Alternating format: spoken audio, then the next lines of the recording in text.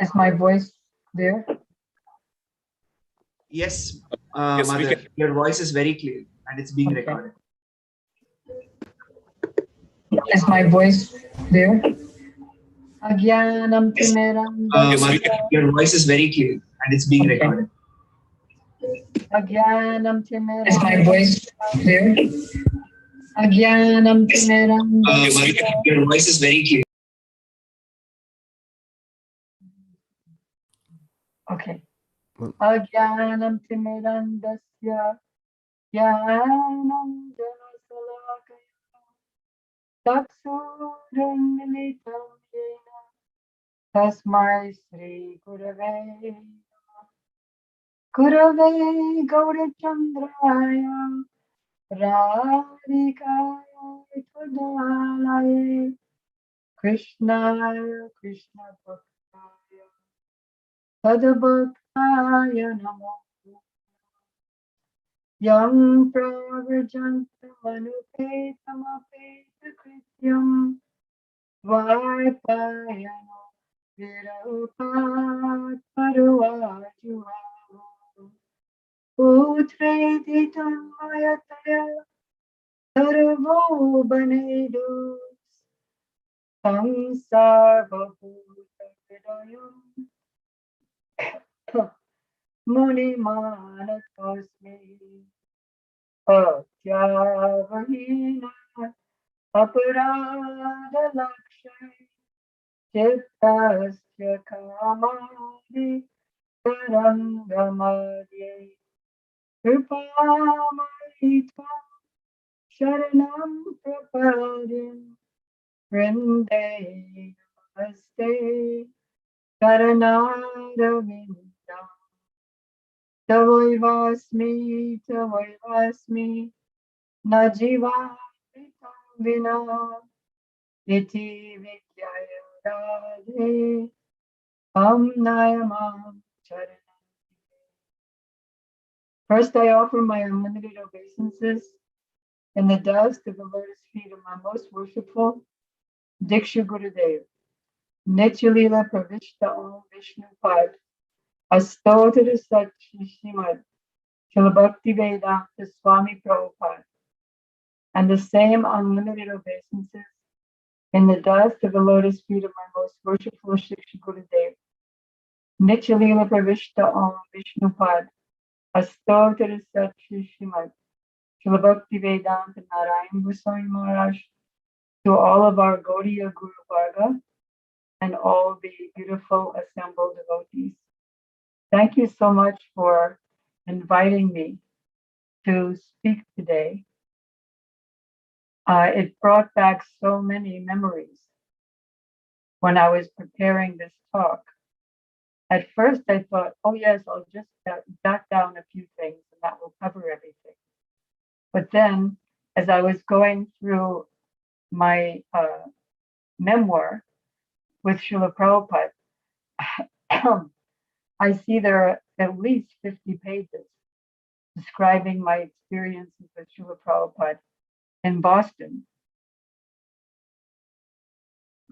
So we'll begin from 1967, actually, is when I first went to Boston. Srila Prabhupada was kind of making some tentative plans for who would go where in the world. Like Rai Rama would go to this country and Brahmananda would go to that country. And he said, and Govinda Dasi and Jadurani will go to Vrindavan. So then when I was in Boston, I was preparing all of my papers to go to Vrindavan. I wrote to Prabhupada and said, I'm ready. So then he wrote me back and said, Vrindavan is in the consciousness. By painting, if you're fully absorbed in Krishna's transcendental work, then that place is always Vrindavan.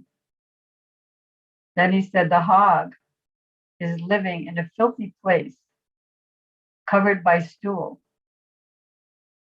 And the Lord is living in his heart, but he's transcendental to that.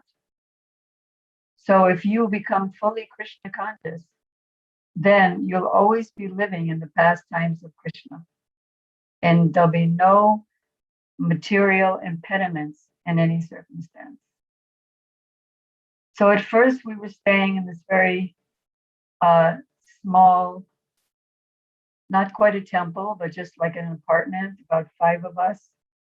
And the outreach wasn't so successful. So we moved to Glenville Avenue, which was right in the midst of the Boston University housing complex. So that became very successful. Whenever we had our Sunday feast and there was prasadam left over, we could easily go door to door and distribute the rest of the prasadam in small paper plates. Still, that Glenville Avenue temple was small. I was either staying in the temple room or sometimes in the boiler room downstairs. And the brahmacharis were living in the kitchen and like that. We were very enthusiastic. We had a very pioneering spirit. So as soon as we began the temple there, we immediately started reaching out and began speaking on radio shows and TV shows. There was no question of any hesitancy due to our lack of qualification. All we knew is that we wanted to spread Srila Prabhupada's mission. We had in several universities, we had campus clubs. And of course, we had our Sankirtan on Sundays, chanting and dancing in the streets, giving out Back to Godhead magazines. Then back in New York, Srila Prabhupada had told me to paint these 24 forms of Lord Vishnu, 24 hand positions of Lord Vishnu in the causal ocean. And he actually wrote on a piece of paper the names of the Vishnu's forms with the corresponding hand positions. Like one would have on the upper right hand the club, on the lower right hand the lotus, on the upper left hand chakra, and so on. So I began the paintings of the Vishnus in the causal ocean in New York, and when continuing it in Boston, I began to wonder, because how could you have different incarnations all in the causal ocean? Like Krishna in his Vaikuntha forms, they're situated on thrones in the various Vaikuntha planets, and a specific Mahavishnu with a certain hand position, he's in the causal ocean. So completely bewildered, I wrote to Prabhupada to reconcile, and he wrote back that Krishna is present everywhere. He lives in Vaikuntha, and at the same time, he can be in the causal ocean. He lives in Vaikuntha, and at the same time, he's all pervading. He can manifest everywhere simultaneously. So getting that letter, I felt like it was my first day in a college course, and the course is going to be for a few months. And on the first day, the student can't expect to get the whole course. He's just beginning. But still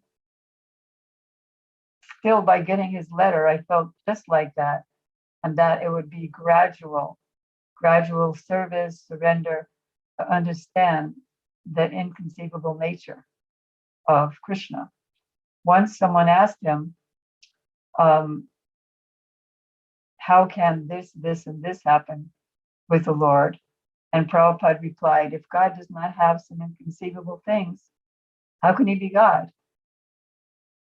Now once, it was Damodar Prabhu and Satsvarup, at that time, Satsvarup Prabhu, and Pradyumna, maybe a couple of other devotees, and I went for our regular Sunday Sankirtan in the park. Very crowded, lots of people interested.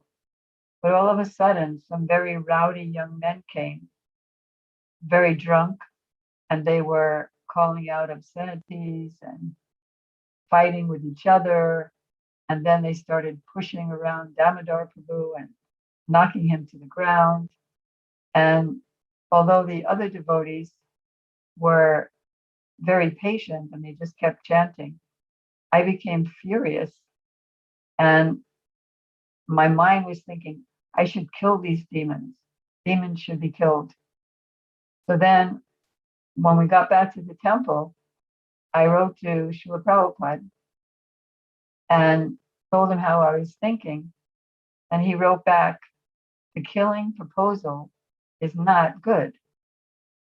We want to kill the non-devotees by compassion and arguments and reason, not by brute force. So I hope everything is well with you, and I hope you've understood this. So all the details of how we were acting, Srila Prabhupada was correcting and developing and encouraging, and he gave so much encouragement. He also gave a lot of chastisement, but he gave so much encouragement that it was just like a father who has a little baby and says to the baby, oh, you're doing so good. You're so intelligent. Like, for example, he left America and went to India. And then in December of 68, he came back to America, and he wrote me when I was in Boston that officially I am your spiritual master, but actually I'm getting inspiration in the presence of you very good souls. When I see your love and service to Sri Krishna, this teaches me how to be a sincere devotee. Can you imagine? And he said, this is very encouraging for an old man like me. So he did it. He encouraged us for two reasons. One is to encourage us, which he did. And we felt so empowered by him, just like a little child feels very empowered by the encouragement of a parent. And he was also teaching us how to encourage others. Like one time, we went to an engagement in a psychedelic dance hall. So we did our regular kirtan, and then after us, a professional kirtan group headed by one Indian man named Sri Purnadas. They were going to play after us. So we had brought, because Srila Prabhupada showed by his own example, to bring the Sankirtan painting of Lord Chaitanya and his associates in the courtyard of Srivas Thakur. I'm going to show you here, if I can easily find it, the original print that Srila Prabhupada gave me back in 1966 of the Sankirtan. And then we did many paintings after that to copy them, big. And Prabhupada would bring the painting to his college engagements and other public engagements. So we also did at this time at the psychedelic dance hall. And then the professional, who I considered as a professional kirtan singer, he came over to the painting and offered his pranam. So then after the kirtan, we left right after our part. And then I began to wonder, because I'd remember Prabhupada said on several occasions that a professional kirtan group or individual doesn't have power, doesn't have benefit for the hearers. So I was wondering, how is this possible, since the holy name is always pure, Krishna himself? So Prabhupada wrote back right away. Wrote back right away means if somebody was going to write back right away now, it would take 5 seconds because of the internet. But in those days, there was only snail mail. So sometimes he'd be in India, sometimes he'd be in another city. And then it would take so many days for our letter and our question to reach him. But then you could see by the date of his letter, return letter, that he was writing right away, even if it took 2 weeks to get the letter back because of his traveling. So he wrote back, yes, you are right when you say this kirtan leader is professional. Kirtan is not for livelihood. It's not for entertainment, and it's not for a demonstration of the arts. It's dynamic service to the Lord. And therefore, we don't care so much about artistic presentation, how elaborate and expert the instrumentation or the singing is.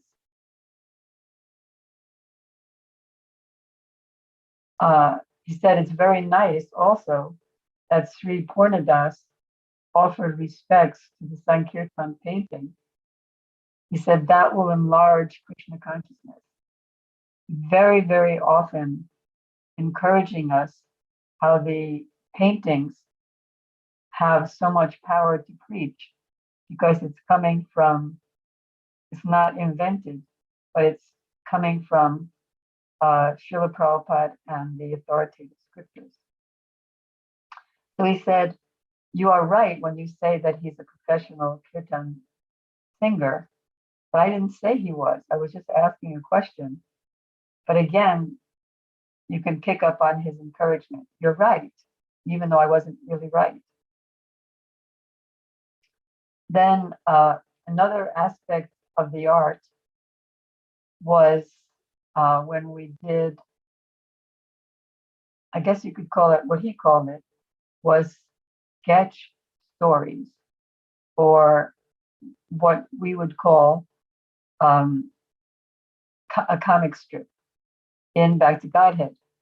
Rai Rama, who is who Prabhupada made the first editor of Back to Godhead magazine.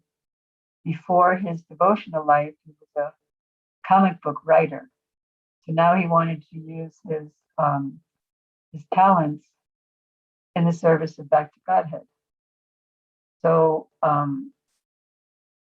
we wrote a letter to Prabhupada, and he said, I very much approve. I'm glad that you're improving the beauty of Back to Godhead in this way.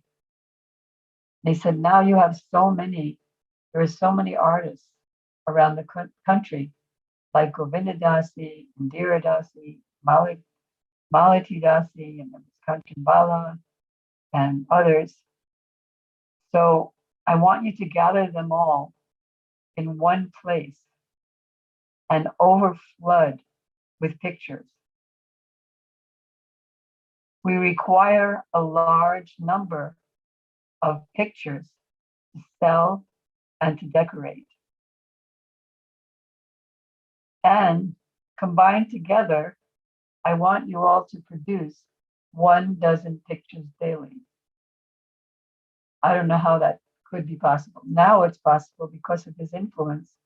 There are painters all over the world, and they're all producing. Like, for example, in the beginning, I was the first artist, and then Muralidhar from Los Angeles was the second. And he asked Prabhupada, how can I paint like Jadurani, even though I was a completely terrible artist. But how can I paint like Jadurani? So Prabhupada put his hand up in the air and pretended that he was painting in the air. And he said, I have taught her how to paint. And then he said, Hare Krishna, Hare Krishna, Krishna Krishna, Hare Hare. In other words, I've taught her how to paint by chanting. So then he was expressing that this is a very important department. And so think about how we and your God brothers can help you in this service. And then because he was stressing, get a bunch of artists together in Boston or New York, but you're in Boston. And, you're working with helping with the Boston Temple.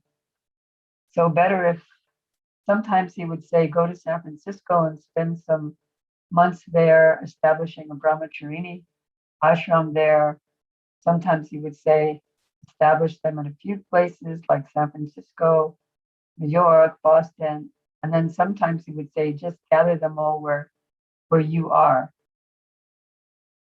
And then I started feeling guilty because there were only a few devotees in the Boston Temple.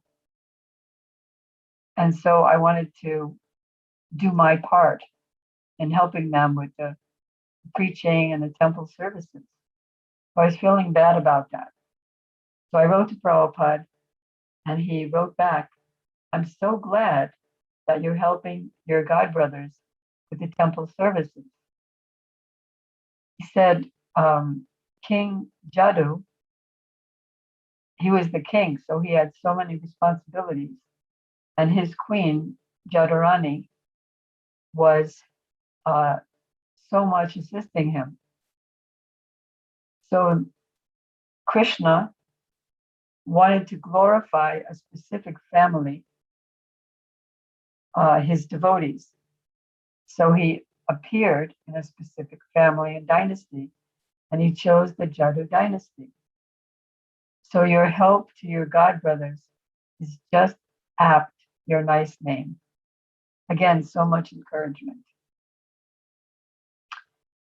One of the sketch stories that we did in Boston was Bhishma leaving his body and seeing Krishna at the time of his disappearance. So I didn't know much about it. There were many details in the first canto, second volume, but I wasn't aware of that at the time. So I wrote and asked questions, how to do this sketch story. So he wrote me like a 2 or 3 page letter with so much detail, and how, because he's in the chivalrous mood, humor with Krishna, he wanted to see Krishna angry and agitated. So he pretended to try to kill Arjuna just to aggravate Krishna, because he wanted Krishna to pick up a weapon. Krishna promised that he will not take any weapons in the war. He would just drive Arjuna's chariot. But Bhishma wanted to see Krishna break his promise.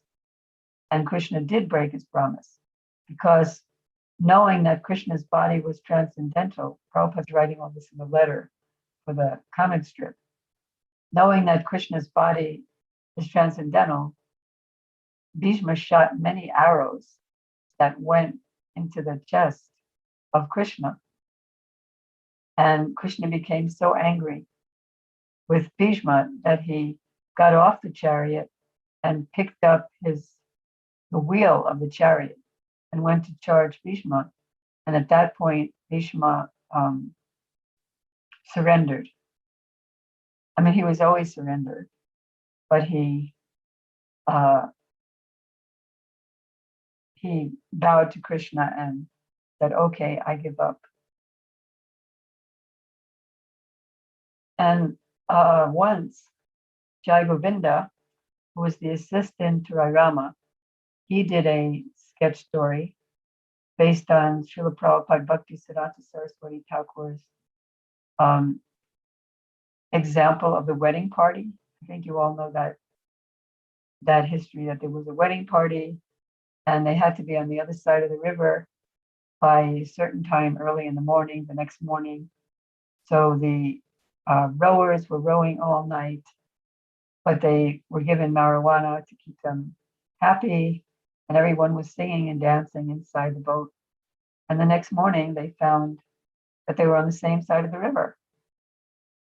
So they were upset, and on searching, what is the cause? They saw that because the rowers were so drunk, they didn't think that they didn't take the anchor out yet. So Srila Prabhupada was saying that the anchor is sense gratification, that you're engaged in so many devotional activities, but you're still attached to sense gratification. So the anchor is in.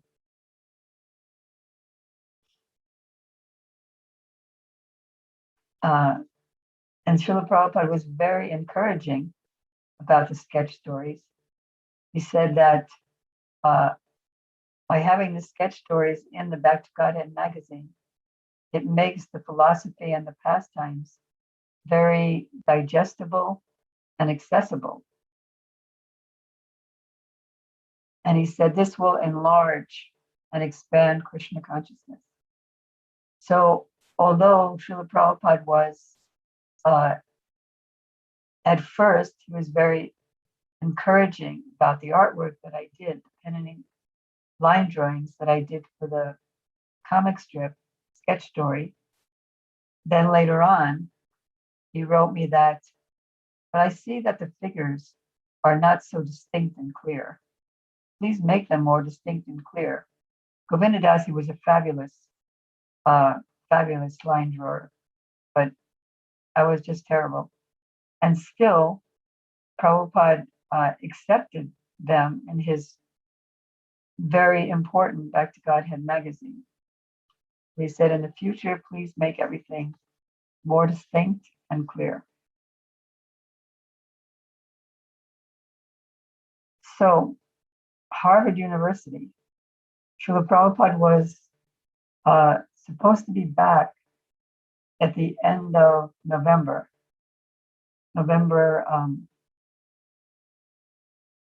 Supposed to be back from India at the end of November, but because of the political upheaval there, and also some difficulties with his P form, so he was delayed. So I went to Harvard University as his representative, and I don't know why, but even though the people didn't know anything about bhakti at all, I started talking about the three Purusha avatars, like what is the real creation, maintenance, and destruction. It's not like the scientists teach. So then the Harvard Crimson did an article about the devotees being there, and also they took a picture of me, forget what I was doing in the temple, and said that these are the Krishna prophets. So the president, Satguru, sent the article from the Boston Crimson and my photograph, which is part of the article, to Srila Prabhupada. So again, we're seeing his encouragement. He said, I was so happy to see that nice picture of you. I can see that Krishna is recognizing you as one of his prophets. So please go on in Krishna consciousness in this way. And I'm sure that even in my absence, you will nicely act as Krishna's prophet. So he's like perfectly teaching us how to encourage others. In fact, regarding the sketch stories, he told the devotees that each and every back to Godhead should have a sketch story. And so we were doing that for some years, like Narada and the Hunter, Lord Shiva, when he wasn't invited to the Daksha Yajna, and a few others. And then in like 1973 or so, Parikit Prabhu did a sketch story of Krishna leaving Vrindavan and how the gopis were so upset. And when Prabhupada saw that, because sometimes it's a rope, it's a snake, it's a rope, it's a snake, and the disciple just goes on with the following the changes. So at that point, he said, just have the sketch stories sometimes and not much. Just like you have many preparations in a plate of prasadam, and then you have a little bit of chutney for taste. So make it like that. Once, also in 1968, at that time, the students of Boston University were picketing the war in Vietnam. Of course, all over the country, the young students and others were picketing the war. But because one of the those who were called to go to the draft and fight in Vietnam, he was a draft dodger. There were many draft dodgers. And Prabhupada, he was very keen on establishing his ISKCON as among all the other reasons, but as an opportunity for all of his disciples, young men, to not have to go to the draft because they're Brahmins, and that's not a Brahmin service. So his disciples were free from that. But anyway, this one university student, he was hiding in the church of Boston University, and around the church, so many of the students were picketing. And we were wondering, the Boston devotees were wondering whether it would be a good idea to show all the students that, yes, the Hare Krishna devotees are supporting you. So I wrote to Prabhupada and asked if he would like us to join the picket. And he wrote back a long, very strong and instructive letter that even though politics and everything in existence is all within Krishna, still we have no desire to directly take part in politics on either side. Then he said, actually, the students and the government, which is arresting the young men and forcing them to go to Vietnam, actually, they're all on the same side when it comes to sense gratification. Of course, now they have a little bit of a different opinion, Srila Prabhupada wrote us, about, because these students, the picketers, want to be happy by not having a war, and the government wants to be happy by making money on the war. He said, but in many matters, they agree, like in meat eating and slaughterhouses, you'll find that they agree. So actually the warmongers and the peacemongers are on the same side. That is, what side? God should be my order supplier.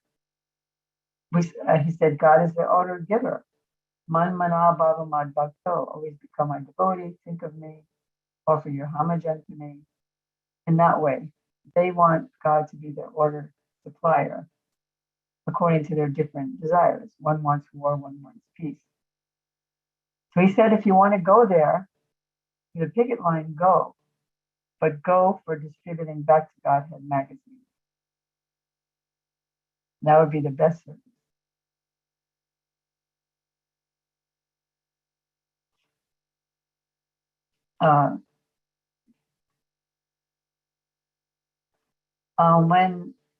When we were back in New York in '67, Srila Prabhupada gave me he took out a picture of Narada Muni,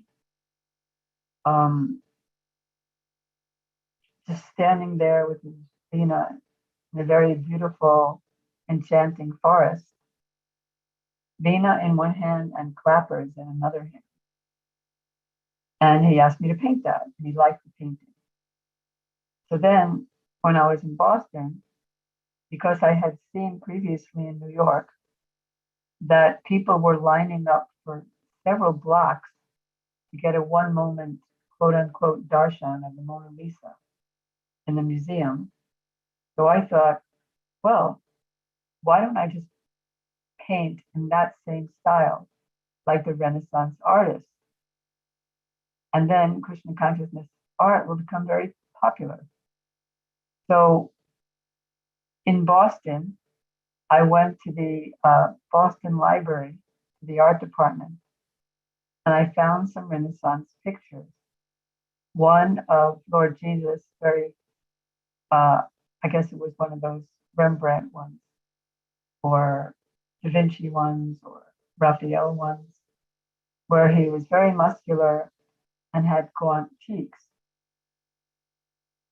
And I found a very nice redwood forest. And I did the kind of cloth that Lord Jesus wore, which was like on one side of his leg, it was low, and on the other leg, it was high, kind of like a triangle. And so I painted Narada like that. And I mailed the painting because Prabhupada wanted me to mail the paintings to the various centers. So I mailed Narada. And then the devotees wrote to me that, oh, our kirtan was so ecstatic by seeing that painting on the wall. We were jumping up to the ceiling. We're in bliss. And then Srila Prabhupada visited that temple, San Francisco.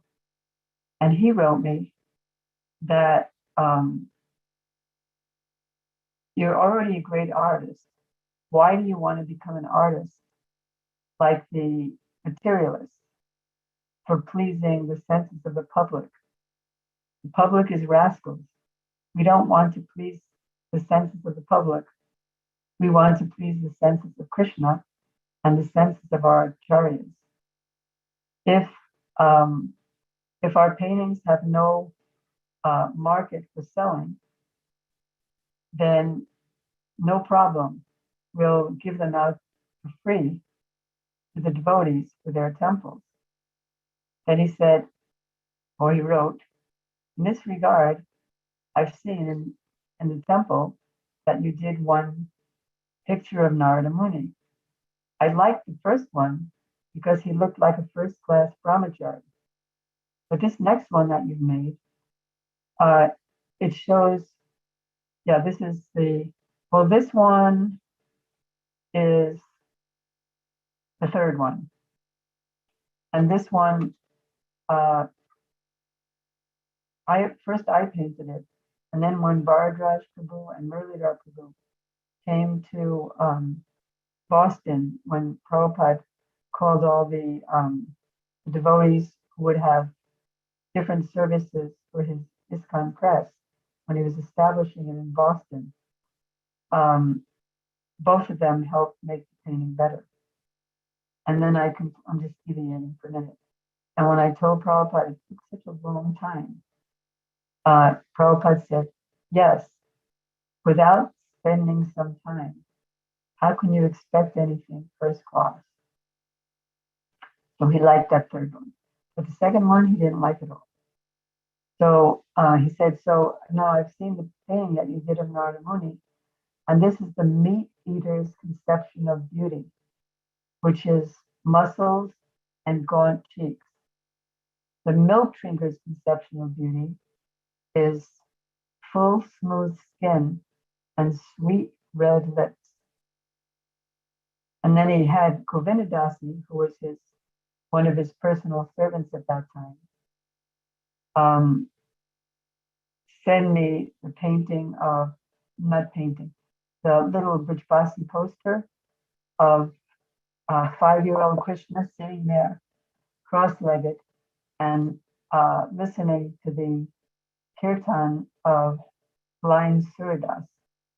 He said, look at Krishna there. This is full, smooth skin and sweet red lips. This is how I want the paintings to be. And then I wrote back, by the way, I'm wondering when I'm supposed to be stopping. What time would you like me to stop?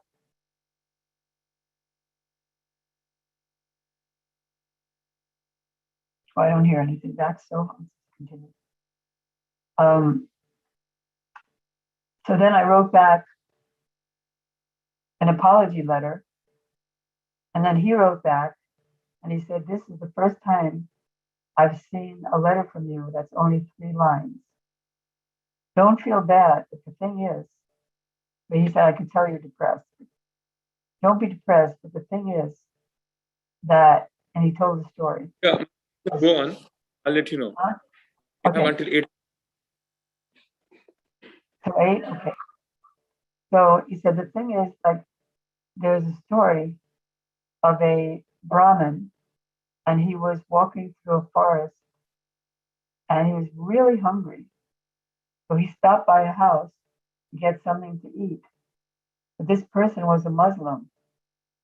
And according to the Hindu tradition, if a Brahmana eats at the house of a non-Hindu, then he loses his caste. So he ate at the Muslim's house, but then after he left, he still felt hungry. So then he lamented. He said, now I've lost in both ways. I've lost my caste and still I'm hungry. So Prabhupada said the meaning is that it would take a very, very long time to become a famous artist. And in the meantime, you will lose your Krishna consciousness. He said, another great artist, Govinda Dasi, she showed me, because I went to a Unitarian church, and there, because they were impersonalists, there they have some pictures just simply of logs and rope and bamboo. And this did not impel my Krishna consciousness. So if you want to paint like that, then I will pray to Krishna to save you. So he was always guiding us and bringing us back to the right path.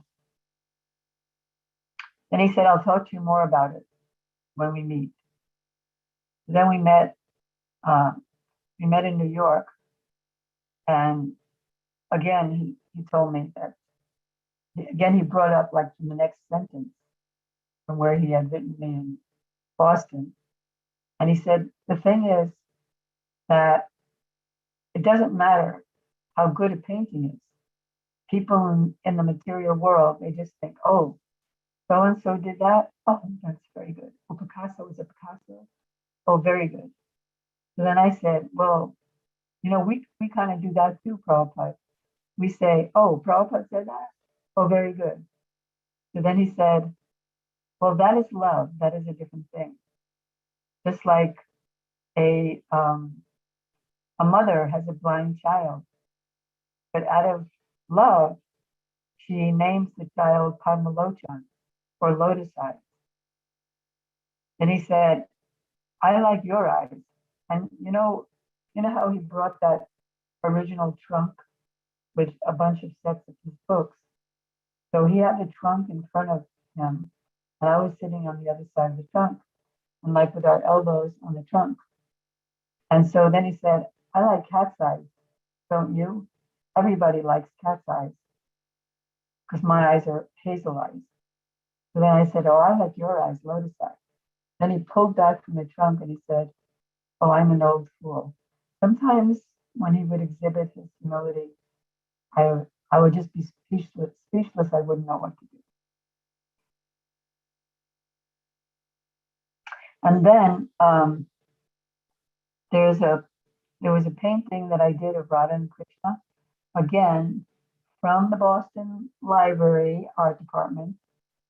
I found a very nice girl in a Dutch painting, and I painted her next to Krishna playing the flute.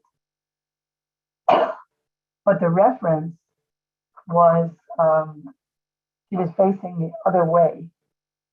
So you know how in the Indian Bhagavatam prints, she's standing there holding a garland. So I had her holding a garland, and but she's facing away from Krishna. And Govinda Dasi told me that when Prabhupada saw that painting in New York, he said it looks like Radharani has another boyfriend. So then when Prabhupada arrived in Boston, I said, I really feel bad that I did that. I'm so sorry. I'll never paint anything like that again. And he said, no, Radharani is giving a garland to Jadurani for painting so many nice Krishna. So always encouraging to his little babies. Also on that first day, or one of the first days when he was visiting Boston, we were in the Glenville Avenue Temple? No, I forget. Maybe it was Chester Street. But anyway, he was 9 blocks. He had a house. No, it was Glenville. Still in Glenville Avenue. And the devotees rented him a house on Chester Street, I think it was, about 9 blocks from the temple. So when we went to visit him there, he said, Vrindavan is the kingdom of Radharani, and Krishna is like her decoration. He's quoting one kirtan by, I think, Chilanaratam Das Thakur. Then he said, if somebody were to visit me in Vrindavan, and then he looked through his hallway that led to the door, pretending that he was in Vrindavan. Of course, that's not a pretense, he always is, but pretending that he was in external Vrindavan, or the Vrindavan that we can see, and somebody was coming to visit him. He said, if somebody would come to visit me in Vrindavan, they would call out, Jai Radhe, and I would reply, and then again he looked through the hallway to the door. He said, and I would reply, Jai Radhe. I'm going to jump a bit to 69 when he visited Boston, when we were in that big house, 3940. I forgot what street it was, but that was the first big house. And so we were visiting Prabhupada there, and I showed him 2 paintings. One that I had copied from a Banerjee print of Krishna having just stolen butter, and Mother Yasoda is coming with a stick looking for him. And in the meantime, he's climbed up on a mortar, and he's reaching out to the pot of butter that's hanging from the ceiling. And Prabhupada held up the painting, and he said, Krishna is teaching here, don't stop. Give out everything as Krishna Prasadam.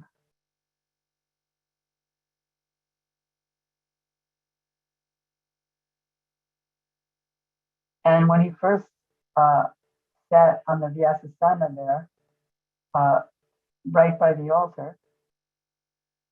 He looked on the altar and he said, "So, if you clean Krishna's utensils, then your heart will be cleansed." And when I just said that right now, it reminded me of the previous year when he visited, when we were in Glenville Avenue, and he was subletting a an apartment of one of the Boston University students. So he was subletting her apartment. And days before he came, everybody was cleaning and painting. And he came in as we were still painting the borders of the walls, where the wall meets the floor. We were painting that. In those days, we painted a lot of walls blue with golden borders. So Prabhupada came walking through as we were doing that, finishing up for his arrival. And he said, "If you clean Krishna's temple, then your mind becomes cleansed." And then in his darshan room, there was a closet, and his seat behind his desk would face that closet. So the devotees cleaned up the closet and put in deities who Prabhupada was traveling with. And then Prabhupada commented, "This closet used to be a rubbish hell, and now it is Vaikuntha." And jumping again to the larger house. So after he saw the deities and he gave his lecture, and he went to tour the building, and he went to he looked into the different grihasthas rooms. And although we had worked hard in making the temple nice and more public areas nice, we didn't do that for our own personal rooms. So after the tour, Prabhupada came back to the Vyasasana and he said, "If you go to a non-devotee's house, everything is in order, everything is clean, neat." He said, "I just went and saw the grihasthas rooms," and he showed his displeasure, but at the same time he was encouraging. He said, "Things were scattered, but the aim is Krishna." So like there's hope for you because you are trying for Krishna.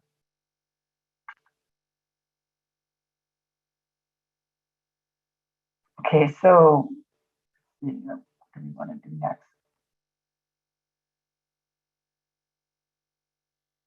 How the Bhagavatam paintings began before we were a team and just painted one after another.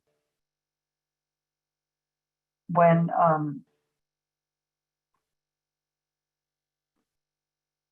Prabhupada was sending he was dictating Srimad Bhagavatam and sending the dictaphone tapes, small dictaphone tapes about this size. He would send them to Satsvarup at the time, Satsvarup Prabhu. And Satsvarup would transcribe them and then send them back to Srila Prabhupada, who would erase. He didn't have a large number of dictaphone tapes. He would erase it and then dictate on top of that. And he was so much teaching by example that even though he knew, because he's Trikala Jat, he knows the future, he knows the past, he knows everything that's happening in the present, still to teach us to not waste whatever Krishna has given us. After he would get back the dictaphone tape, and then he would dictate the next chapter or whatever of the Bhagavatam or the Krishna book. He would take an envelope, the envelope that another letter that another devotee wrote him, and put in an envelope and mailed it to him, because those are the snail mail days. He would open up that envelope and turn it inside out and wrap the dictaphone tape in that to show by his perfect example. Once even we were all putting on tilak with him. Excuse me for jumping to New York for a moment. But we were putting on tilak together with him in New York. So 66 in his first apartment behind the 26th Second Avenue Temple. And I don't remember who it was, but somebody dropped a drop of the water from the Ashman cup, because he would pass the Ashman cup around. And we would all do Ashman one after another after him. And so somebody dropped one drop of water and he said, don't waste one drop of Krishna's energy. So anyway, he was dictating the Srimad Bhagavatam tape after the Krishna book tape. And then I would transfer them to regular cassette tapes. And then I would listen to them over and over again in our old-fashioned tape recorder. And at the same time, Satyarup Prabhu would send them back and they would get lost forever. So I would listen to the tapes while I was painting. And then Prabhupada wrote me a letter one day. And because I was painting Lord Boar, Varaha, and he said, there are many Indian pictures where Lord Boar is half human and half boar. But according to the Bhagavad statement, he's full boar. So paint like that. And also paint at your convenience. Paint pictures from the Bhagavatam statement, from the purports and explanations. Then later on, when the other artists came to Boston, that is Muralidhar, Bharadraj, and then Parikit Prabhu and Puskar, and then a couple of years later, Shruti came. So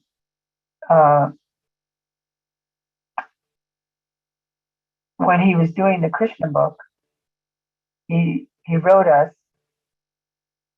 a similar letter that he wrote to the ISKCON press workers in Boston, because we had that big house. He invited everybody that had any talent, or even if they didn't have talent. Like, for example, he ordered Vaikuntanath and another devotee to learn binding.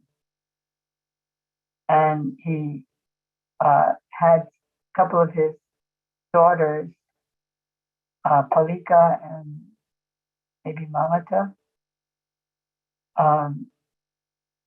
learning the composing machine. Composing machine is like it's the transitional stage between the old-fashioned typewriter and a computer. So then he wrote to them, and he wrote to us about an all-day assembly line. The press work it was an all-day, all-night one. Like 12 hours, somebody would be on the composing machine. The next 12 hours, somebody else would. And Mr. A would be the first editor, and then Mr. B would do more fine touches, and then it'll take this long for layout, and this long for being in a dark room, for developing pages. And so in this way, every month 400 pages will come out. And because he's also such a sankalpa, means what he says will happen happens. So that just started happening. And it was just amazing just by his powerful words. And then so he wrote to the artist, similarly, have an assembly line where one artist would, who was Bharadwaj, who was the fastest of the creative thinkers of us, he said one person will start, he'll work on a picture for 2 days, and then the next person, and that turned out to be me, would develop it for 2 days. Although I just actually messed up Bharadwaj's work because I wasn't in his mind, so I couldn't see how he would have developed it. So I messed up his work for 2 days. And then Muralidhar Prabhu put on the final touches. And so Prabhupada said, in this way, even though it would take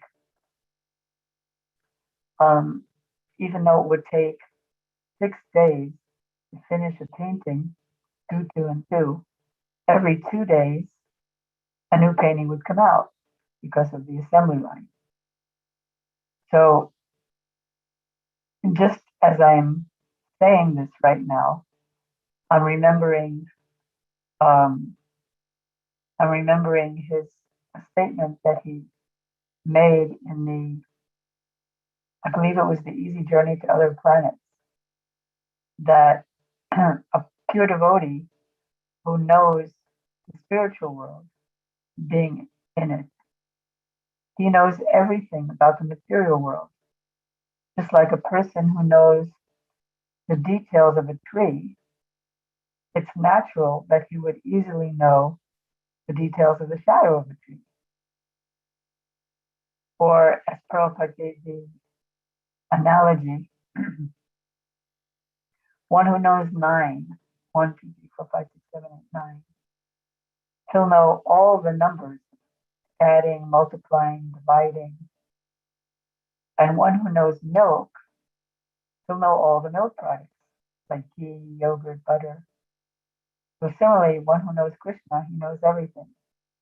So because Prabhupada knows Krishna, he was like the most brilliant manager and figure outer of how to create an organization in the universe. And so in Boston, each year, 68, 69, 70, I think, when I was there, he would have darshans, regular darshans. And so many wonderful things came out in the darshans. Like for one example, Srila Prabhupada was talking about the rasa dance. Rasa dance. You know the difference between rasa and rasa, right? Rasa is the relationship, like Santa Ras, Dasi Ras, and Ras, long A, is the dance. So he was talking about how during the rasa dance, how Krishna left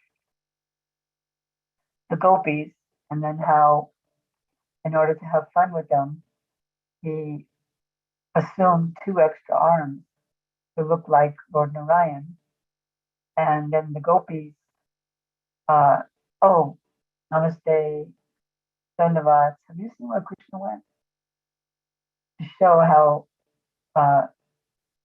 the gopis are the highest and Krishna's original form is the highest. And then he said that when he was in India, some Indian gentlemen complained to Prabhupada. He said, some Indian gentlemen complained to me that, look, Krishna stole other men's wives. And I said to the man, as a response, no, you've stolen Krishna's wife. Because everybody belongs to Krishna. Everyone's Krishna's energy. And another time, another darshan, I think it was Saradiya, asked Prabhupada, how do we become sincere? And he answered, be sincere, and you'll be sincere. Well, that's pretty bewildering. And they said, how do you become a thief? By practicing stealing. How do you become a drunk? By practicing drinking. So in this way, by practice and trying, you become sincere. Then he had previously sent me a small picture, like about that size, a photograph of a Bhagavatam print of Krishna running with outstretched arms, Mother Yasoda, and she's having her outstretched arms, running to him, and some coward boys are also coming with Krishna as he's coming home. I think you're all familiar with that. And he said, I want you to do the painting in this style. He liked the Banerjee style. And so I did a very big painting of that. And it was on the wall in his darshan room in Boston. I don't know if it still is. And so Prabhupada looked at the picture with a lot of affection because he saw Krishna there. And he said, Krishna is asamorda, means no one is equal to him and no one is greater than him.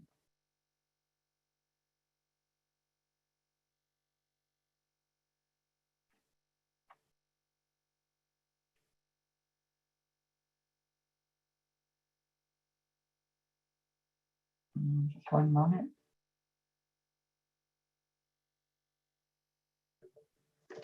On one morning walk in Boston, I think there were about 15 of us, and it was a kind of chilly morning. And Srila Prabhupada stopped every once in a while to say something. And he saw some pigeons. I know it's a weird story, but some pigeons were eating vomit on the sidewalk. So Prabhupada said, he stopped on his cane, he showed, this world has something for everybody. But we humans, we have to discriminate. So we discriminate and we only take Krishna Prasadam. Then he saw at a distance, because even though it was like May, it was very windy and chilly, he saw about a block ahead of us that there was one young, attractive lady, obviously waiting for a friend, and wearing a sleeveless black shirt. And she was obviously shivering. So Prabhupada said, they'll do austerities and suffer in the service of Maya, but they won't do austerities for Krishna. And then as we were passing by the apartments of the students, just exactly across the street from the temple, he was pointing with his cane at all the litter on the ground, showing us not to have litter and be neat and clean. And then he said, as he was walking, I have turned hippies into happies. Purushottama was there, and he was Prabhupada's secretary at that time. So he said, Purushottama, put on the top of our letterhead, making hippies into happies. And then as we were walking, because we passed so many ladies wearing so many different half-naked styles, and Srila Prabhupada started making fun of them and saying, sometimes they're naked in the front, sometimes they're naked in the back, and they call this advancement of civilization. What is that advancement? Mental speculation.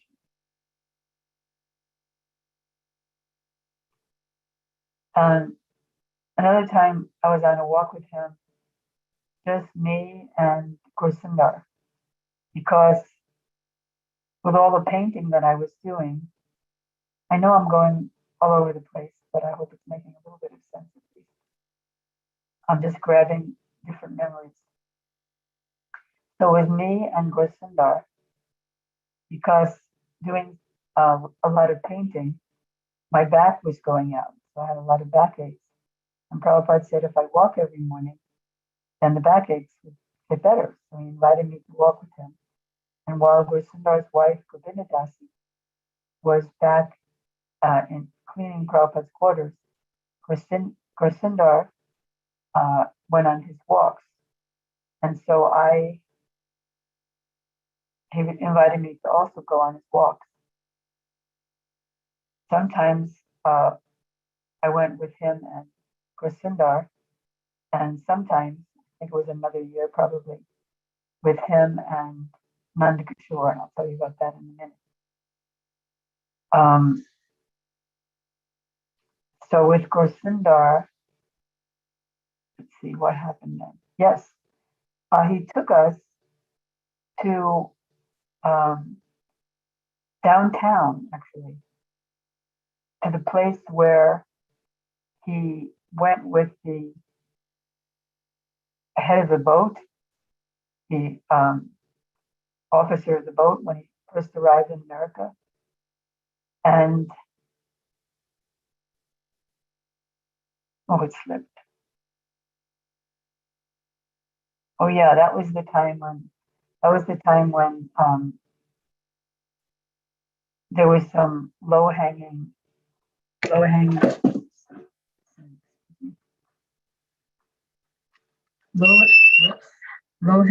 branch of a tree. Maybe Mataji, you can speak without that microphone. Maybe it will be better. Can you hear me just as good? Okay, fine. Yeah, it is much better. It's much better. Yeah. Oh, it's better without it. All right, fine. Yeah. So I'm sorry about that the previous was not so clear.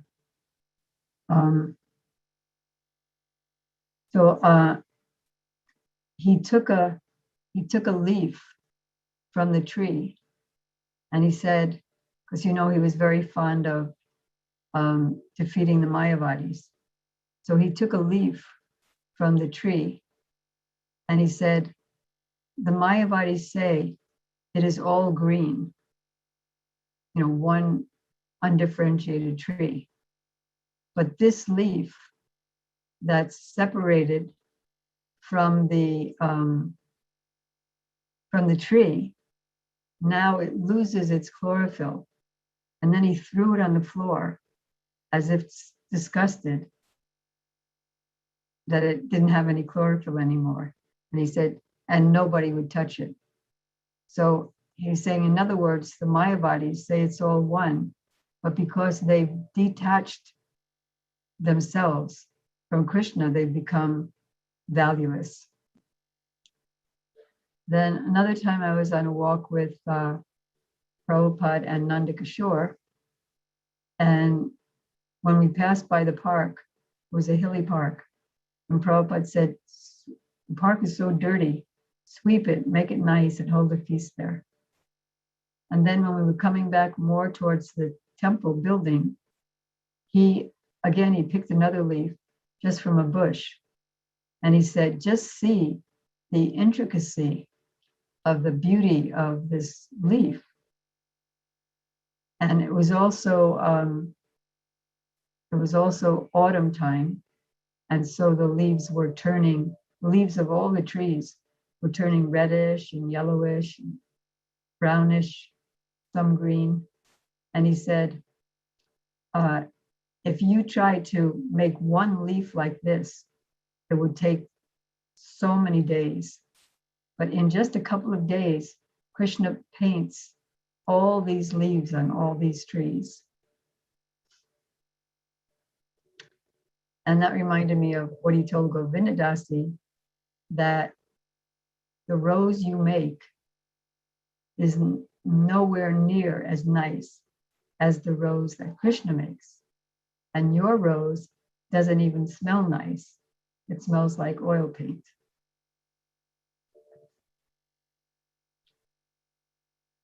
And then Nandakishore Prabhu asked the question.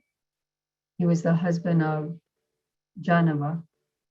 He asked the question, how is it that Krishna can know everything that's coming in the future, and then when it comes, he can be astonished that it came? So then Prabhupada said, your question is under the category of anthropomorphism, thinking that God is like us.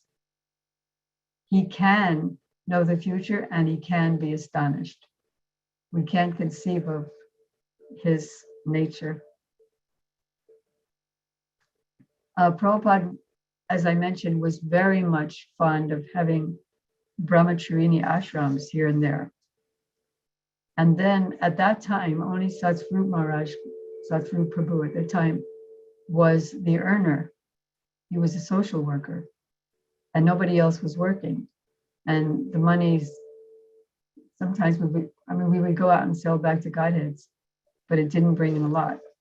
So Prabhupada wrote a letter that he wants the art of the brahmacharinis to be sold to maintain the society and also to maintain the brahmacharini ashram. He said, otherwise, how can it be maintained? And he said, if there are brahmacharini ashrams, that will be a great success in our society. Of course, now they're all over the world. But it's so amazing, not amazing, it must be that way, that from his words, such an international, powerful society manifested from his 7,000 letters and from his just speaking. In fact, I remember one time he said the government, did I do something wrong? The government is spending millions of dollars to stop the young people from taking drugs and alcohol, but they're not successful. But I simply say stop, and they stop. So he's at the same time humble and at the same time revealing his power. I wonder, since there's 10 minutes left, I wonder if it would be good to take time for questions. Okay. We can. Good idea? Yes. Yeah. Okay, maybe I can start. Those who have questions, can you please post it on the chat window? And in the meantime, Chandan Prabhu, can you show that video, please? So that we can. Yeah. Oh, yeah. Mataji, video Yes. which is going on. I think this is one of the famous videos. I've been Yes. actually watching food at ISKCON Boston many times. Yes. Can you please share some related to this picture, this movie? Well, I believe that was also the time that, maybe not, because we're downtown, aren't we? So this skirt that I'm wearing, it's actually just a piece of cloth that Srila Prabhupada ripped and gave me. So that's his remnant.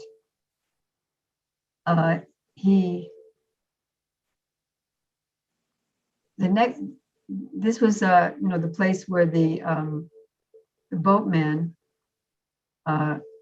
took Prabhupada when he was going shopping. So then the day after this walk, he took all the devotees to the downtown and the place where he landed. And he was showing all the different, pointing to all the different signposts that he saw. It was when we were walking around here that he pulled that leaf off of the tree. And this is this house is the house that's 9 blocks from the temple, which he said he didn't mind walking every day. And that was when I also moved the branch away so that he could pass easily. I don't remember too much from this particular day, unfortunately.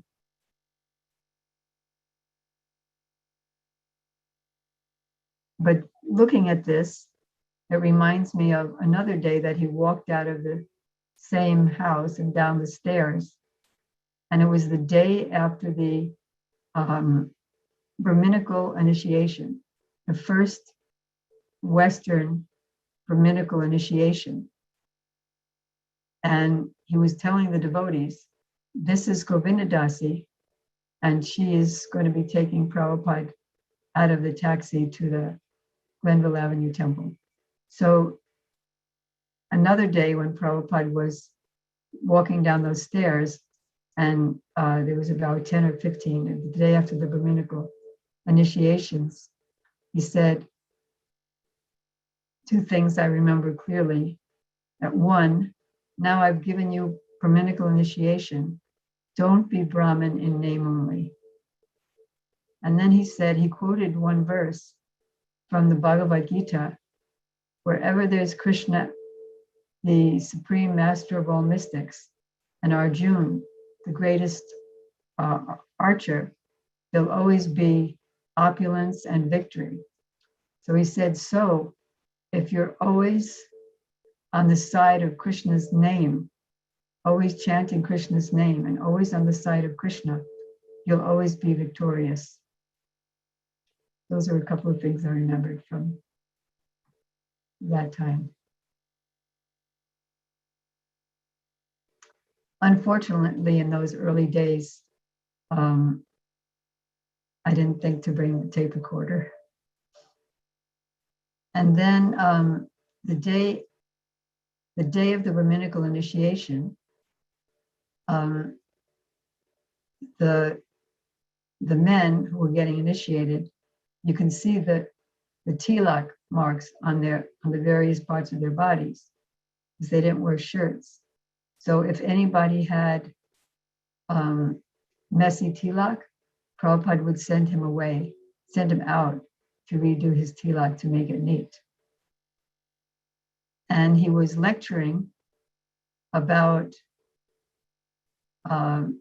defeating those who are promoting caste Brahmins, that only those who are born in a Brahmin family can be Brahmins.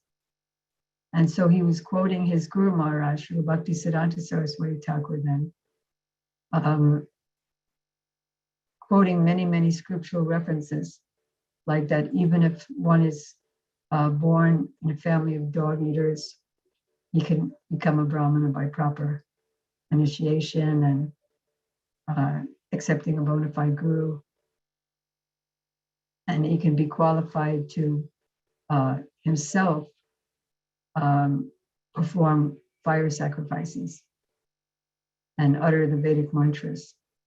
So on that first night, Govinda Dasi wasn't there, and there was two of us ladies there because there were three ladies in the temple.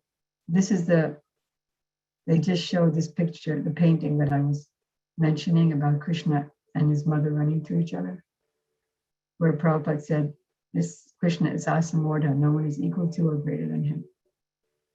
And he also, when he was looking at that painting, he said,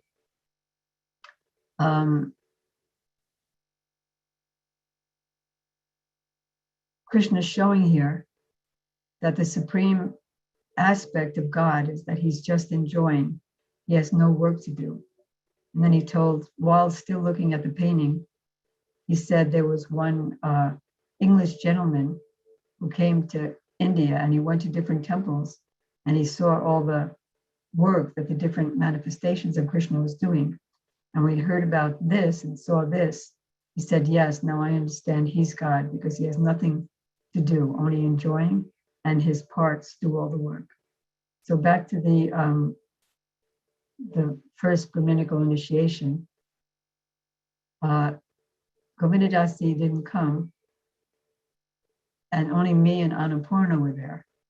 And somehow or other, like we were sitting kind of up front, and somehow or other, we were being not pushed by anybody, but pushed by an invisible force to the back of the temple.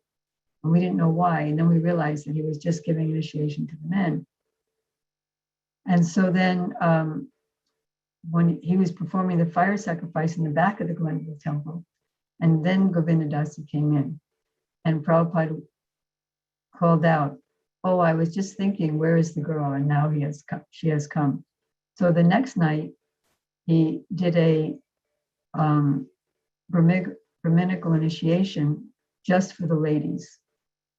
And then he spoke about women in Krishna consciousness also. And even though Radharani or Sita doesn't have a sacred thread, just the man has a sacred thread, still we say Radha Krishna, still we say Sita Ram. Are there any other questions? I'm sorry I couldn't tell more details about that. No, Walk Mataji, in there are the- a few more pictures. This one more picture from ISKCON Boston. Yes, but this picture here, in the beginning of the Krishna book, which turned out to be the Krishna book marathon, but in the beginning, we didn't have manuscripts because he was just now starting to dictate. And even before that, just before that, he wrote me a letter at the end of the year. And he said, so I'm starting the Krishna book. And these are the first 5 paintings that I want you to do. So just from a couple of sentences, like this is Devaki in the prison of Kamsa, when Krishna has now just now turned into a baby. And then Vasudeva is going to be now taking Krishna across the river.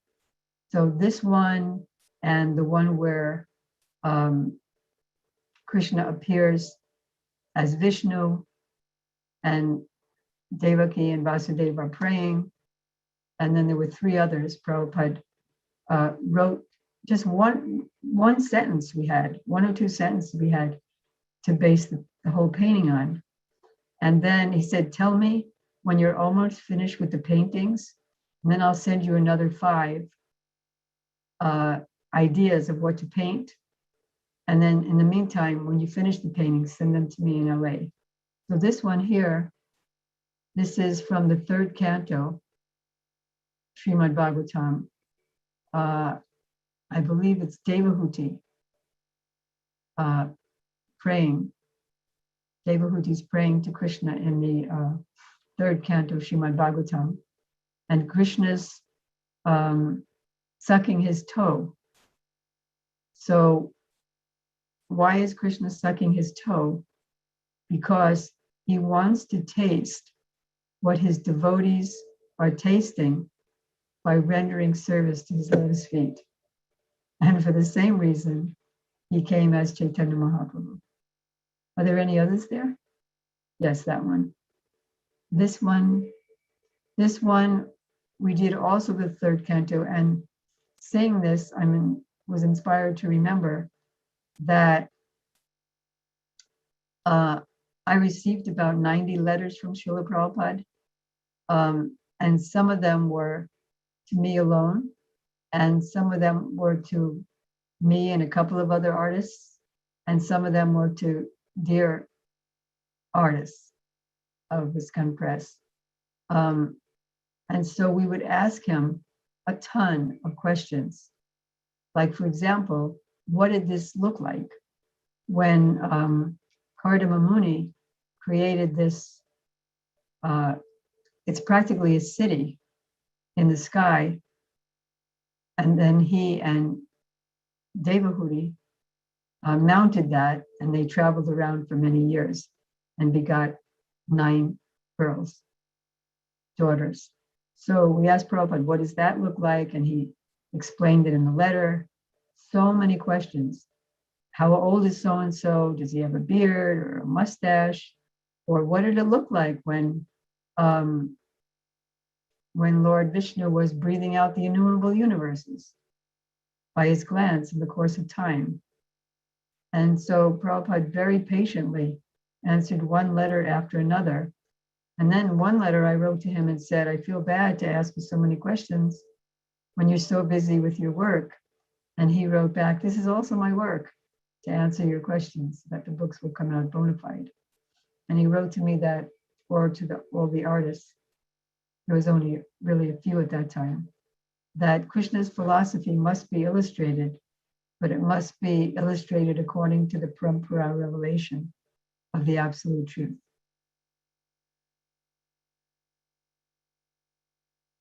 And this one is very interesting. And you see that there's words there. What are the words? Namo Mahabharanyaya? No. Namo Brahmya Devaya. So what happened was, in the beginning, Prabhupada wanted some mantra, pranam mantra, or some prayer written at the bottom of each painting. So he would write it on a piece of paper and then tell me to put it at the bottom of the painting. And then he gave me this print from India to copy. And then he went to San Francisco. And then when he came back, we had hung this painting behind his Vyasasana.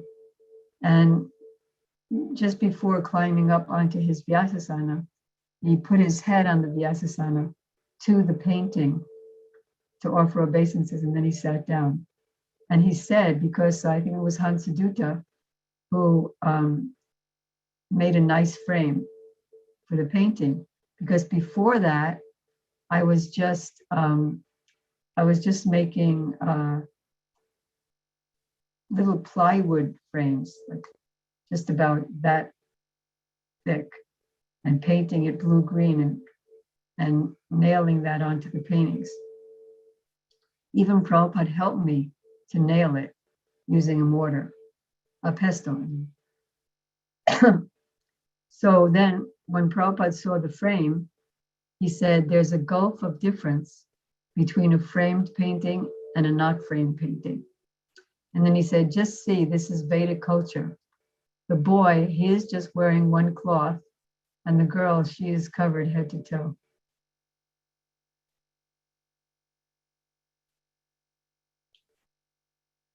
And then this one, the very first painting the first poster that Prabhupada gave me to copy at the 26 Second Avenue Temple was this one here. This is all in my Art of Spiritual Life.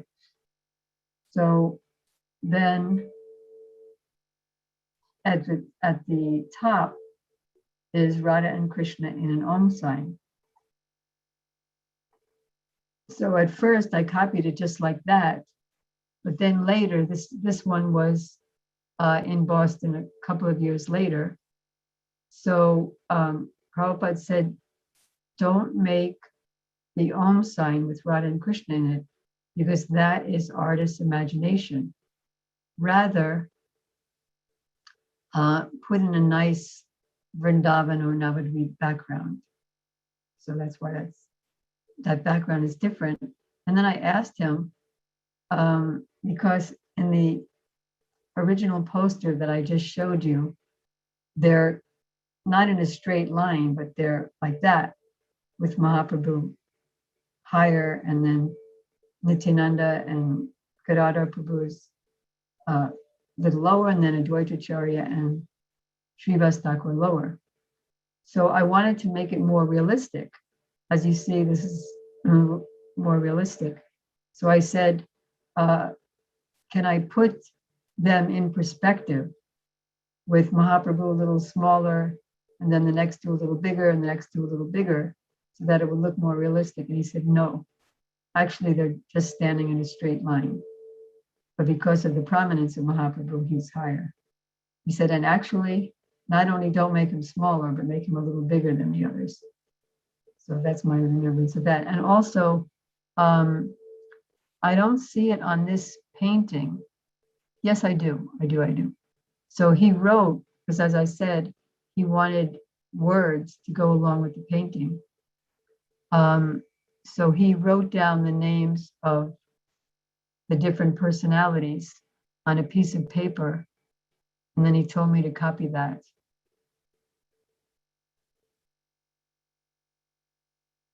And he told me, like I didn't know anything at that time. So he had to tell me the meaning of Garanga, golden limbed one.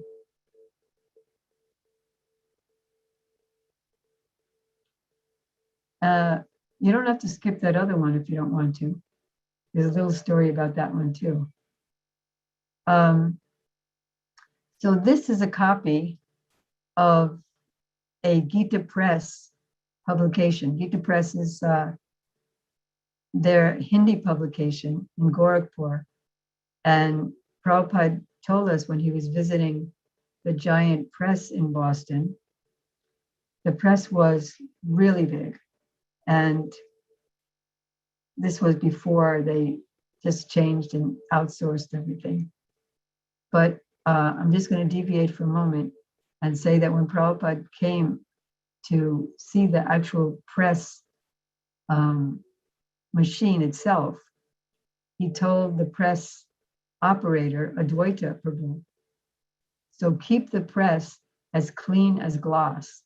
And as soon as he arrived in the room, he immediately offered his full sastang pranam and said Jayam Vishnupad, the whole mantra to his Guru Maharaj, because he's the one who told Prabhupada, if you get some money, print books.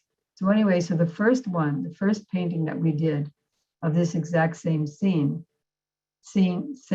means Pariksit Maharaj left home and is listening to Sukadeva Goswami. So the first one that we did was in a dense forest.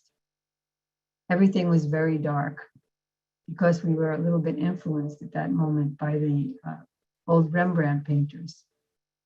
And there's a Rembrandt technique where you start very dark on a dark brown background, and then you gradually bring in the tones, and then you put in the colors, rather than just starting on a white canvas with colors. So we did that, and Sukadeva was sitting on the floor, and Pariksit Maharaj had his clothing, his king's cloth right near him. And it was much more distant. It wasn't so close up like it is here. And so Prabhupada just rejected the whole thing and told us to copy the one from Gita Press, and that's how you see it now. So here we have, this is very interesting. Again, this is an encouragement story, because I painted this when Prabhupada was not in Boston. He came and he saw this painting on the wall. So the only thing that I actually changed from the original Brijbasi print was that I changed Ram from blue to green, because we know he's the color of Durva grass. And this was, let's say if you look at me, and I'm Prabhupada sitting on the Vyasasana. So on this side, on this wall, this painting was hung. And I actually came in late that day because I had just had a fight with my husband. I was always terribly envious. I was even envious that he was giving more attention to Prabhupada than to me. You can see how fallen I was. I'm still fallen, but I was really fallen then. So I came in late. Srila Prabhupada was already in the Jadurani prayers. And everybody was bowed down. And I walked in from the front door. Prabhupada's Vyasasana was in the back, facing the front door. So I walked in, and Prabhupada immediately called out to me as the devotees were sitting up from having just bowed down. And he could have said anything, because he knows everybody's pulse, and he knows what everyone's doing. So he could have said so many chastisements, but instead he pointed to this painting and he said, "Did you do this painting?" He said, "Yes, Prabhupada." He said, "Oh, you are already in Vaikuntha." Isn't that an amazing encouragement to one's little baby? Another time when he came to Boston, another year, I think it was an earlier year, because there was the painting. Is it still there in the temple? The painting of Srila Prabhupada up to from his head up to like his knees, and he's in a kind of Vrindavan background. I don't know if that's still there, but I did that one and several other paintings. One of Mohan Madhuri of Krishna and the Krishna and Radha and the 8 gopis. So there were 5 new paintings that Prabhupada hadn't seen before. And so when he sat down on the Vyasasana, talk about encouragement, he said, first of all, we have to thank Jadurani because she is giving us life in Krishna consciousness. It's just overwhelming. It's overwhelming. And then this other painting that was there, I don't know if it's still there in your temple, but it was Radha and Krishna and the 8 gopis. Prabhupada, we sent another one that I had done. The first one that I did, we sent it to Montreal. And then the second one was in the Boston temple. And Prabhupada wrote me that this painting that you sent to Montreal of Radha and Krishna and the 8 gopis is so nice. Oh no, I'm sorry, he said that in person. It's so nice, I have no capacity to repay you. And it was just really not even half as nice as the original print that I'd copied it from. And then he said, and if you preach, everyone will be happy. So he's really teaching us how to be encouraging. In fact, another first day of his being in Boston, that was at that big house. We were all sitting around him, and he said that when Putana came to kill Krishna, Krishna took the bright side. Oh, she has come as my mother? All right, let me accept her as mother. And so Krishna gave her a post as a nursemaid in Golok. He said, so similarly, if you see the slightest spark in anyone, fan that spark.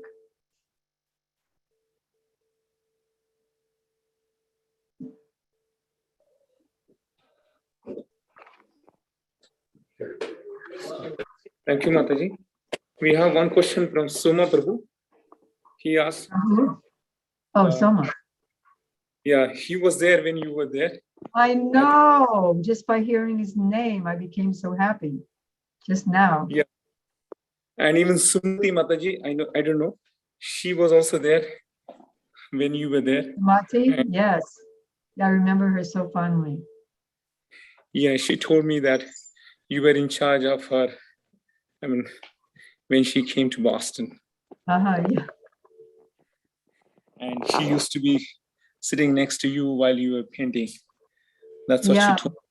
I remember that. Yeah, we shared a lot of nice pastimes of Prabhupada. And she was a seamstress. She made so many nice clothes for the deities, right? Yes, she did. She did. She served the deities for a very long time. Unfortunately, just now she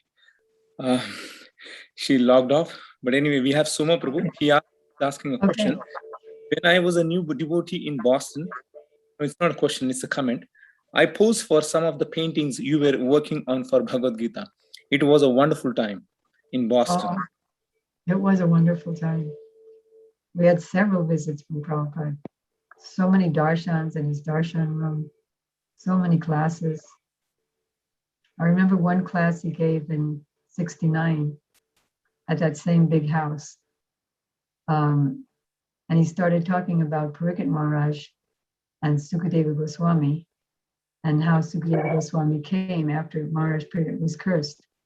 And then Prabhupada said, so he had 7 days that he knew he had before he would die. Of course, he didn't die. He left and went back to Golok before the snake bird came. But anyway, he had 7 days, but you don't know if you have 7 seconds. And then he was talking about the newspapers. He said, everyone loves newspapers. You know, in those days we had newspapers. In these days you just have internet blips and Twitter. But he said, because those are the newspaper days, he said people buy newspapers and then they hold it to their chest in affection. But then 2 days later, it's all old news. But with Krishna, 5,000 years ago, it's still new news. Mataji, when you, to the Boston Commonwealth Pier there, did Srila Prabhupada mention some of the stories that when he landed first time, when he stepped onto the Boston Commonwealth Pier? Any memories during that time, and how long he walked, where he walked along with the Captain Pandya? Or did he shop anywhere? And which is a place exactly where he landed? Did he mention anything about that? Well, it was Boston Pier, right? Yes.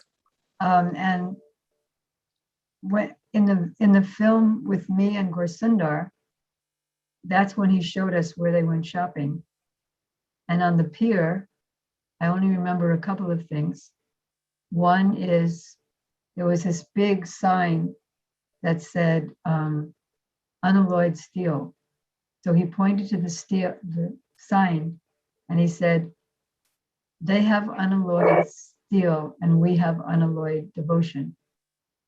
And then one other thing was that I was running up to get close to him because at that time, as I said, it was the day after Gorsundar and I were walking alone with him. The next day, he took all the devotees to Commonwealth Pier. And all the devotees means, you know, wherever Prabhupada went, devotees from other temples came.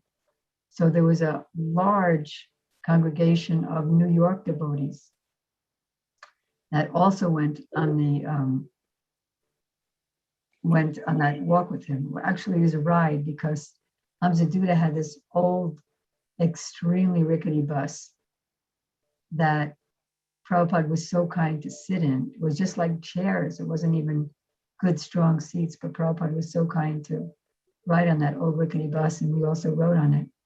So anyway, all the New York devotees were there, so it was a big crowd. And that the night after the first initiation, the New York devotees got Dominical initiation.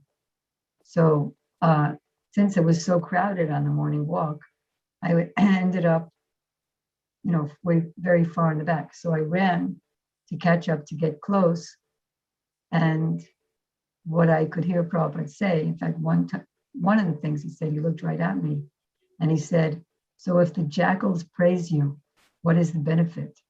In other words, don't look for praise from non-devotees or even from devotees. But he said, because there was a lot of construction work going on, so Prabhupada said, building and breaking. That's how the material world goes on. But we build with Krishna and break with Maya. Those are the things I remember from that book. Sorry, I can't remember more.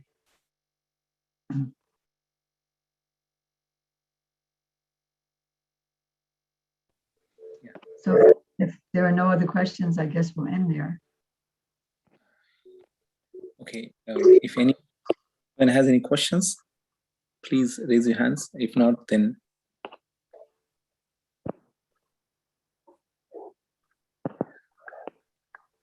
okay. Shamarupa Prabhu said, oh, okay. Yes, overwhelming and sweet. Manjari Dasi and yeah. Are you still working on some art project, Mataji, today?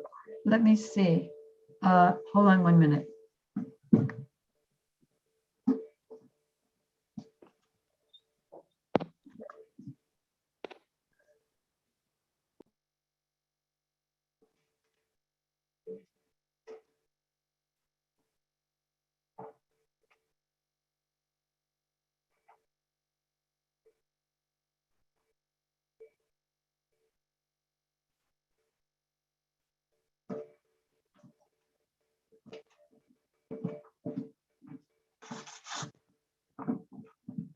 Well, Prabhu, not exactly today, but this was the most recent painting that I worked on, called Kunj Kirtan.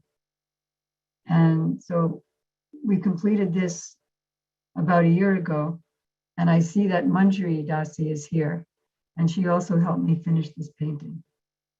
She was a major help with this. So this is Radha and Krishna and the 8 gopis and some associate Manjaris like Rupa Manjari and Rati Manjari are here. I remember at one of the Brahminical initiations in Boston, Professor O'Connell was there. And he asked Prabhupada, because he was a big scholar, are there any special fasting procedures that the devotees undergo during this ceremony? So Prabhupada said, non-devotees have to fast because they have to purify themselves from eating so many contaminated things. But because we take prasadam, practically we are fasting every day. And then when he was sitting on now just by your mercy, by all of you being here, I'm just remembering little blips of everything here and there. There was that one painting of one Indian print, also a Banerjee print, of Radharani sitting low on the ground, and she's offering Krishna some tulsi flowers, and Krishna's standing on a bunch of flowers, and he's very tall and she's down on the ground. And we put a small print of that on Srila Prabhupada's lectern of his Vyasasana, and Prabhupada took the print and put it on his head, and he said, tasting the bitterness of their own rascaldom, of mundane sex life, they think that Radha and Krishna are similar rascaldom.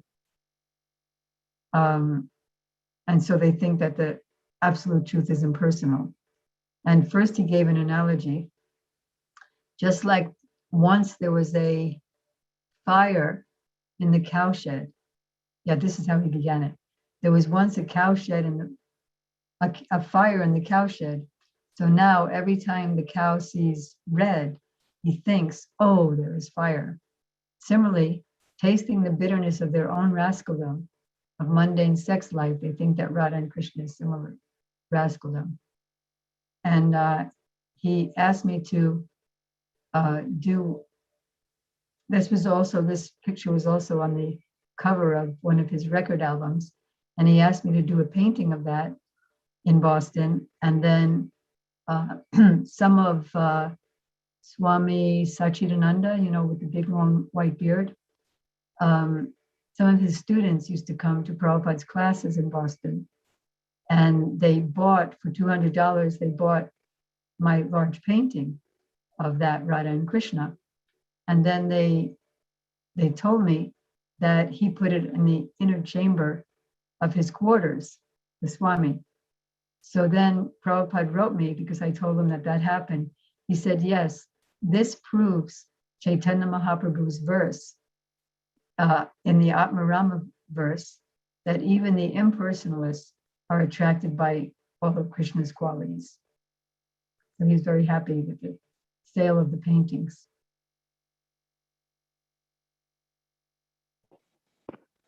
And then the boys started to come on Prabhupada's morning walks, and they asked, are you an incarnation? Because he was talking about Jesus and Buddha. And they said, oh, are you an incarnation? Then Prabhupada said, no, I'm not an incarnation. I am a devotee.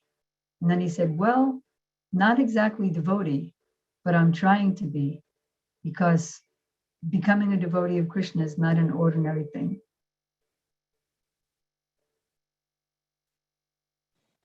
Anyway, little blips are coming and coming, but I think it's time to stop now. Is that okay? Okay, yes, Mother. There are a few comments. And there are comments. Okay. Okay. I'll ask this last. Let's keep this as the last question. This is from Shamarupa Prabhu. Okay. Shamarupa Prabhu. Yeah, I really appreciate your description of how supportive how Srila Prabhupada was. Would love to hear some descriptions of how supportive and family-like the devotees were at that time. Oh, how the devotees were very close to each other and in Yeah, a family spirit. Yeah, how supportive and how family-like the devotees were at that time. Well, in those days, whoever got a letter, now again, this is snail mail, but whoever got a letter would send the letters out to all the other temples and share everything. And again, even without the internet and the smartphones, if a devotee had an experience with Srila Prabhupada, they would call up and share that experience.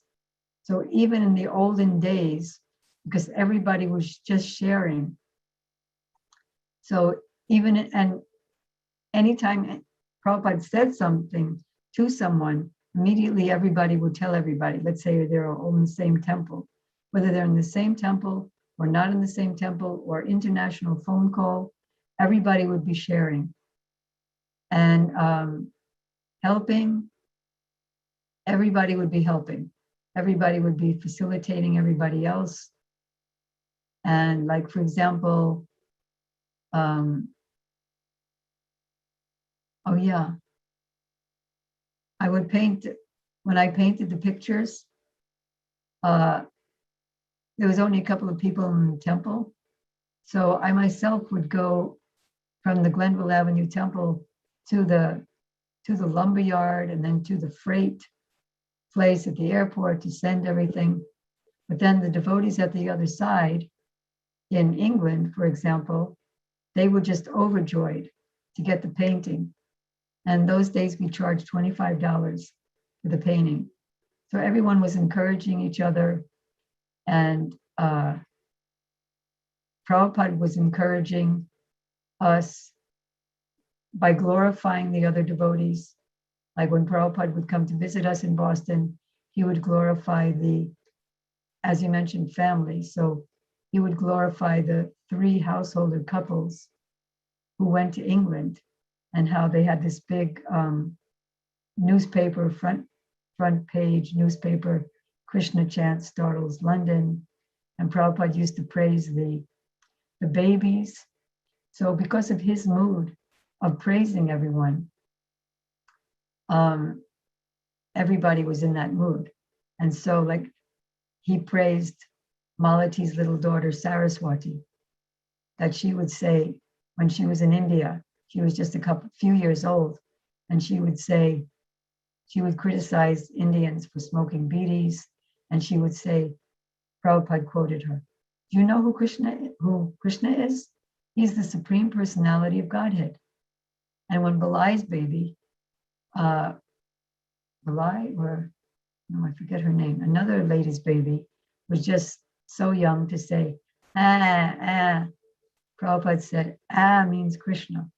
She was one of the devotees in the Boston temple. So seeing this, everybody, he was showing us how to appreciate everybody. And I felt that so much family mood, that we were all brothers and sisters. Yeah, the common Father. I think one question we forgot to ask you. Were you there when Shri Radha Gopal came to Boston? I was there at the installation ceremony, yes. In fact, I tell about the ceremony. As I mentioned,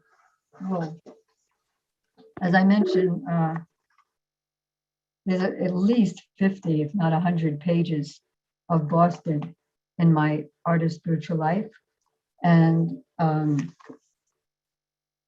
don't know where I would find it now. It's in 1968 that the deities were installed there.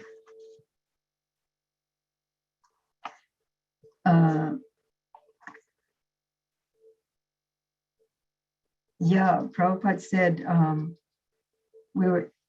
before the deities came, we were all kind of like slouching in our sitting. But after the deities were installed, Srila Prabhupada made everybody sit straight. And he was telling us one by one as we were, embracing our knees and leaning over and slouching. And then he came, this is the painting of Krishna High and Radha Low that I mentioned. And so after the deities were installed, Prabhupada made everybody sit up straight, but then he called out to Pradyumna, and Pradyumna had just had an operation. So then Prabhupada said, oh, never mind, you are suffering. So that also showed us to be tolerant and understand each other's suffering, because Prabhupada recognized our suffering. Like I hurt my thumb once, and Prabhupada wrote in the letter, is your thumb better? Are you taking care of it? And he would always chastise the devotees. Like if he heard coughing, he would say, oh, why aren't you wearing sweaters? And then he would tell about how Sanatana Goswami had all these itches, and he was so embarrassed that Lord Chaitanya would embrace him whenever he saw him, that he wanted to commit suicide by going under the chariot wheel at the time of Rath Yatra. And Lord Chaitanya said, you gave me your body and now you want to take it back? It's my body, not yours. So take care of yourself. He's telling everybody to take care of themselves. And this I just accidentally found is the picture that he had Govinda Dasi send us of full smooth skin and sweet red lips. So yeah, so seeing Prabhupada concerned, we also, the devotees were concerned about each other. And this is the picture of Radharani looking like she has another boyfriend. I'm just trying to see if the deity installation is, if I can find that here. I might not be able to find it, but I do tell the story. And I do remember when there was the fire sacrifice of their installation, and Prabhupada was not happy that we didn't know the 10 offenses by heart, because he would often, at least whenever I was at a deity installation, just like because there was initiations at that time too. Like Sue, it was Sumati, Sue somebody got initiated. Prabhu, they were, and it was 18th of July 1971 or 17th of July 1971. Oh, it was 71. It was that visit. Oh, okay. Thank you. 71. 70. There's some kirtans in Boston. 71. Yeah, and the photograph that I have in this book is, I believe Satsuru Prabhu was, he was assisting Prabhupada, and also Gauri Dasi. She was also assisting him as he was holding on to the deities and dressing them. I'm not just finding it now, I don't want to waste your time, but there's definitely a picture here and the story here of their actual installation.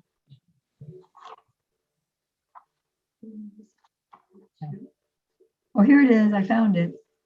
Okay. I don't know if you can see it because it's in sepia, but yeah, here they are. No, that's not them. Here they are. Yes, ma'am. Yes. Okay. So I'm going to go now. And thank you all for inspiring me and remembering Srila Prabhupada in Boston and elsewhere. So, Panchakopacharya Kripasinubhyevacha, Utitanam Pavanebhyo Vaishnavebhyo Namo Namaha. All glories to you all. Mother, at ISKCON Boston, I would like to express my deepest gratitude to you. It was incredible memories, and priceless memories. We would like to keep this as one of the cherished video on our ISKCON Boston channel, for sure. So I would like to request all the devotees that please unmute yourself and express our deepest gratitude to our dear mother, Jadurani Mataji. Okay, so please unmute yourself. Chandan Prabhu, can you please help everyone to unmute? So please, okay, everyone. So please join with me in expressing our gratitude to Her Grace Jadurani Mataji by loudly chanting Hari Bol in our traditional way. Okay, Hari Bol. Hari Bol. Thank you for wonderful class. Hari Krishna. Thank you. I wanted to meet you and I met you. Thank you. I'm inspired by you all. Dandavat Siri, Dandavat. Dandavat So happy Pranam. for this Hari Krishna. Dandavat Pranam Mataji. Jai Shri Pranam. Thank you, Mataji. Recently we saw with the Prime Minister of India. Yeah. Very nice. Mataji, recently I asked someone if I can meet you. And then you are here.